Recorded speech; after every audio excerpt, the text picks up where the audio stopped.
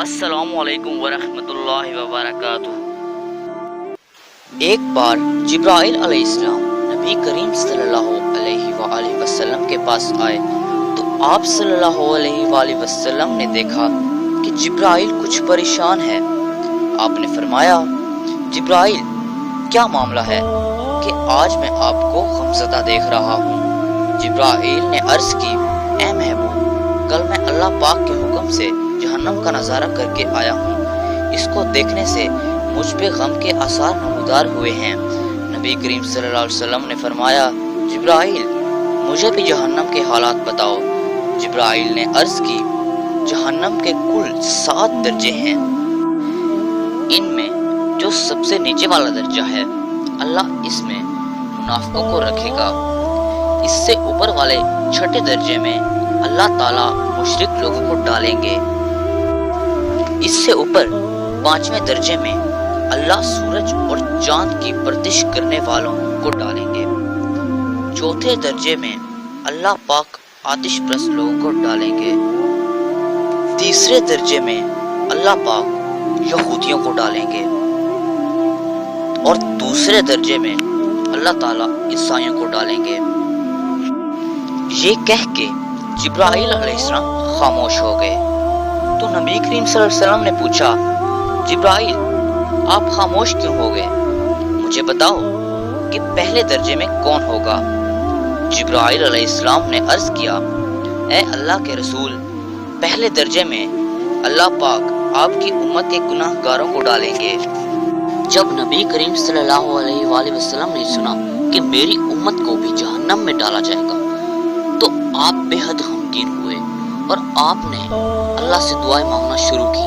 3 دن ایسے گزرے کہ اللہ کے محبوب مسجد میں نماز پڑھنے کے لیے تشریف لاتے، نماز پڑھ کے ہجرے میں تشریف لے جاتے، دروازہ بند کر کے اللہ کے حضور رو رو کر فریاد کرتے۔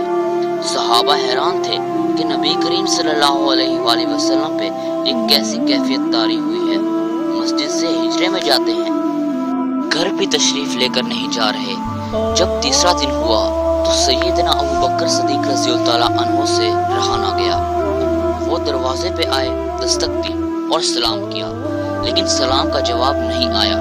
آپ روتے ہوئے سیدنا عمر فاروق رضی اللہ تعالیٰ عنہ کے پاس آئے اور فرمایا کہ میں نے سلام کیا لیکن سلام کا جواب نہ پایا، لہٰذا آپ جائیں، آپ کو ہو سکتا ہے سلام کا جواب مل جائے۔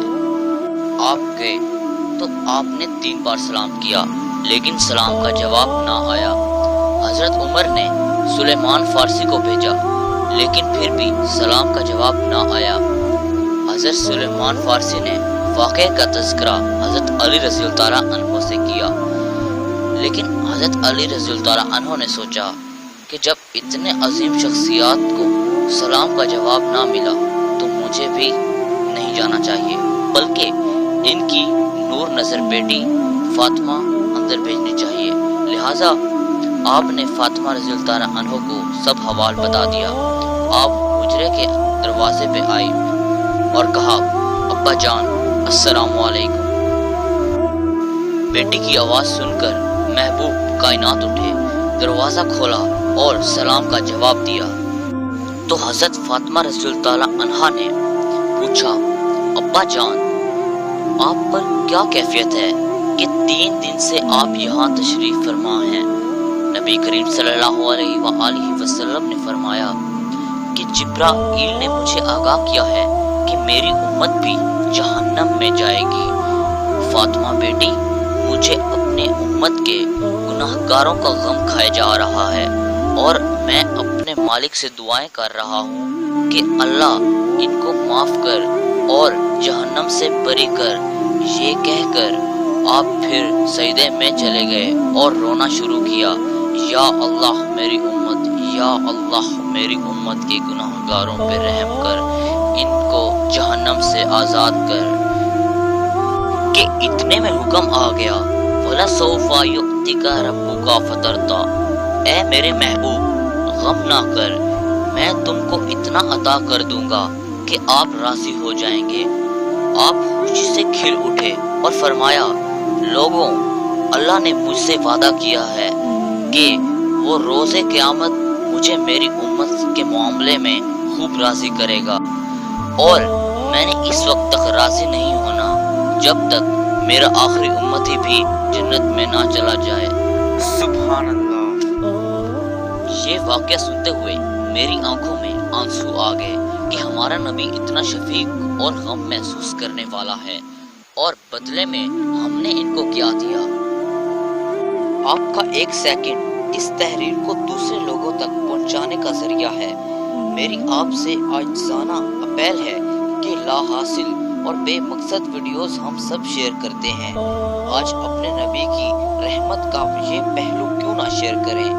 آئیں ایک ایک شیئر کر کے اپنا حصہ ڈالیں، کیا پتا کون گناہ گار یہ ویڈیو دیکھ کر راہ راست پہ آ جائے۔